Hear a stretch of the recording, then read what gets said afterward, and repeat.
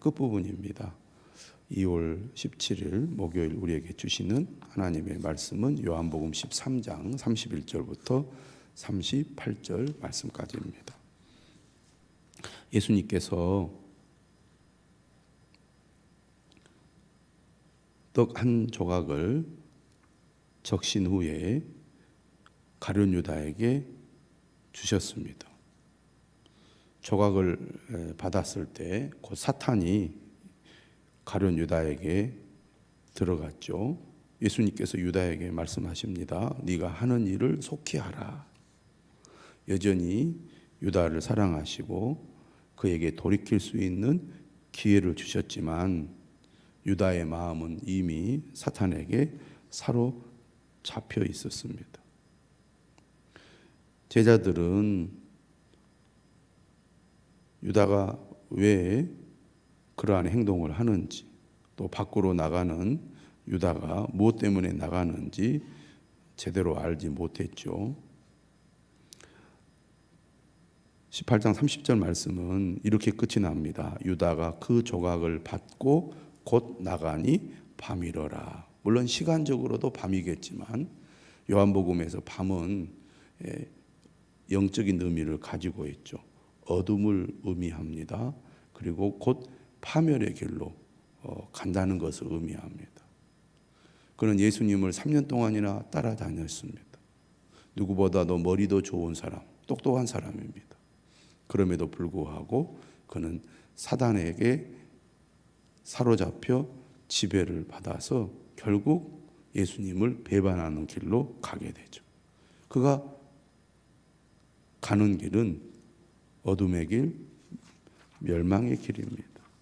얼마나 안타까운지 모르죠. 오늘 본문은 그가 나간 후에라는 말씀으로 시작이 됩니다. 유다가 예수님을 배반하여 그를 팔기 위하여 나간 것이죠. 유다가 예수님을 떠나 나간 것이 일상적인 평범한 행동처럼 보이지만 실제로는 매우 중요한 순간이라고 하겠습니다. 드디어 예수님이 죽을 때가 다가왔고 그 일이 본격적으로 시작이 되고 그리고 작동이 되는 것이죠. 뿐만 아니라 하나님의 계획, 이제 뭐라 그럴까요? 찰칵찰칵 시간이 움직이기 시작했다는 얘기입니다. 예수님께서 이렇게 말씀하시죠. 지금 인자가 영광을 받았고 하나님도 인자로 말미암아 영광을 받으셨도다. 그저 유다가 나간 것에 불과하지만 이것은 하나님의 뜻과 계획이 이루어지는 시간이 되었다는 것이고 죽음의 순간이 다가왔다는 것을 말합니다. 한마디로 말하면 운동 경기에서 출발의 총소리가 들린 것이라고 하겠습니다. 신호탄이죠. 출발을 한 겁니다. 그렇기 때문에 지금 인자가 영광을 받았다. 죄인들을 구원하기 위한 하나님의 구원 계획이 이제 시작이 된 겁니다. 그래서 인자가 영광을 받았다고 말하고 하나님도 인자로 말미암아 영광을 받으셨다고 말합니다. 32절은 이렇게 말하죠. 만일 하나님이 그로 말미암아, 그는 인자를 가리키죠. 예수님을 말합니다.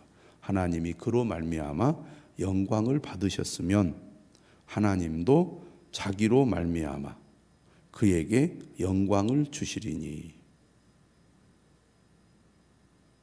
그는 인자를 가리키죠. 곧 주시리라. 이제 유다의 행동 계시로 말미암아 예수님께서 곧 붙잡히시고 고난을 받으시고 죽게 될 거라는 것이죠.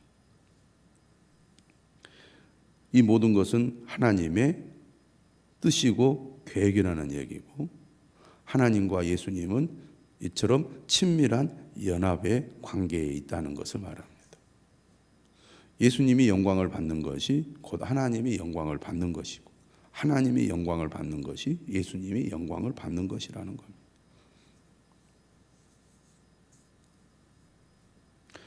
고난받고 십자가에 매달려 죽임을 당하는 것이 영광을 받는 것이다. 예수님께서는 그를 믿는 자들, 특히 제자들을 향하여 자기 십자가를 지고 나를 따르라 이렇게 말씀하지 않습니까?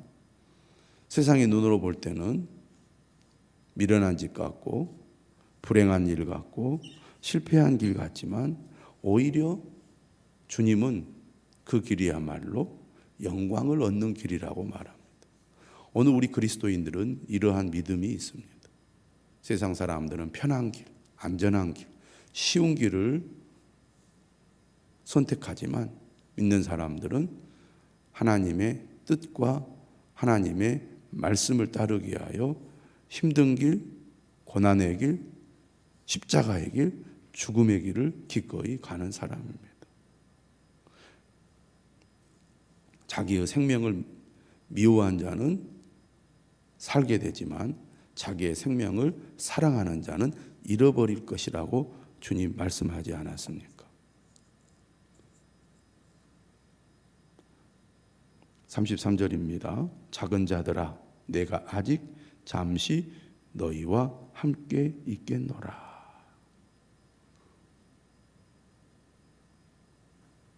예수님과 제자들이 이 땅에서 사역을 하고 예수님의 말씀을 듣고 함께 지낼 수 있는 시간이 얼마 남지 않았다는 것입니다. 똑같은 시간이지만 시간의 의미는 때에 따라서 다 다릅니다.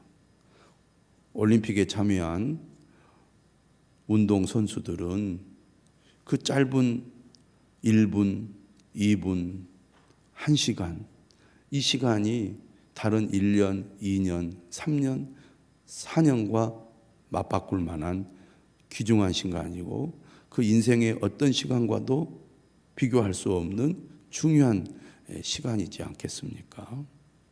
제자들에게는 예수님과의 이 짧은 시간이 매우 중요한 순간이라고 하겠습니다.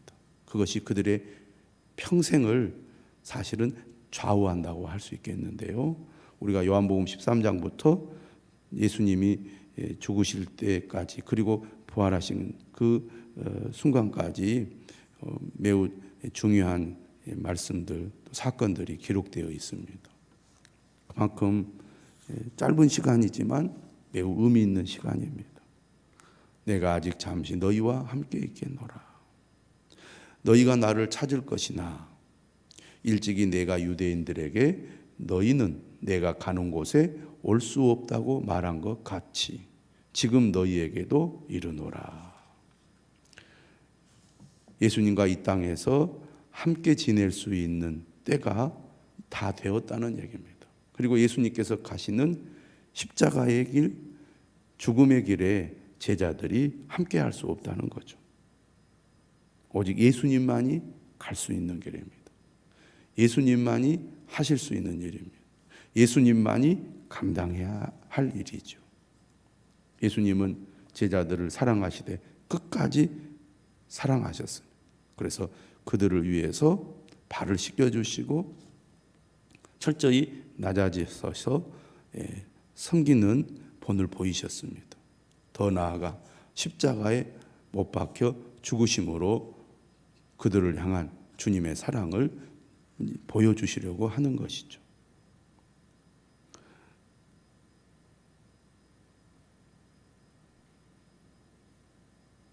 그렇기 때문에 예수님은 이제 제자들을 향해서도 내가 너희를 사랑한 것처럼 너희도 서로 사랑하라고 말씀을 하십니다. 예수님께서 내가 주와 또는 선생이 되어 너희 발을 씻었으니 너희도 서로 발을 씻어주는 것이 옳다고 말씀하신 것처럼 오늘 예수님께서 새 계명을 너희에게 준다고 말씀하시면서 서로 사랑하라. 내가 너희를 사랑한 것 같이 너희도 서로 사랑하라. 너희가 서로 사랑하면 이로써 모든 사람이 너희가 내 제자인 줄 알리라. 유명한 말씀을 하십니다.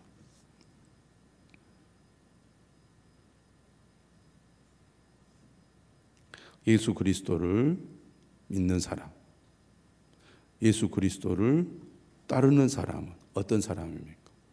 예수 그리스도가 우리를 사랑하셔서 십자가에 자신의 목숨을 바치기까지 사랑하신 것처럼 예수 그리스도를 믿는 참 제자는 서로 사랑해야 한다는 것입니다.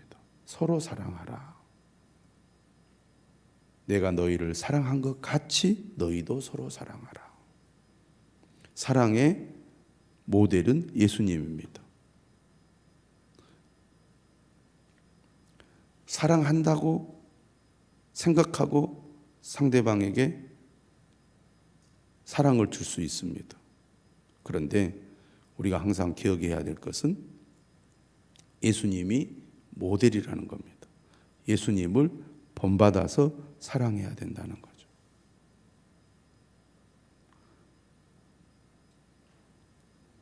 하나님께서 우리를 사랑하십니다.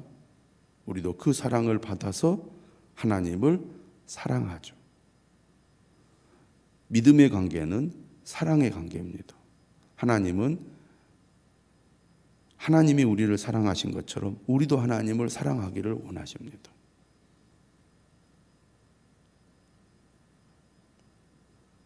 억지로, 의무적으로, 어쩔 수 없이 믿고 따르는 것이 아니라 그 사랑에 감격하여 그 은혜를 깊이 깨달아 우리도 똑같이 사랑을 주는 것이죠.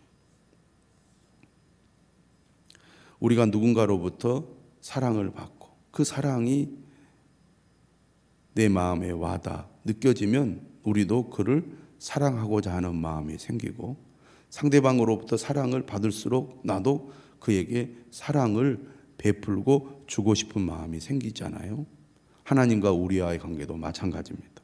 그런데 하나님을 향한 진정한 사랑은 믿음의 형제 자매들 서로 사랑하는 삶으로 나타나야 하고 그것이 매우 정상적이라는 겁니다.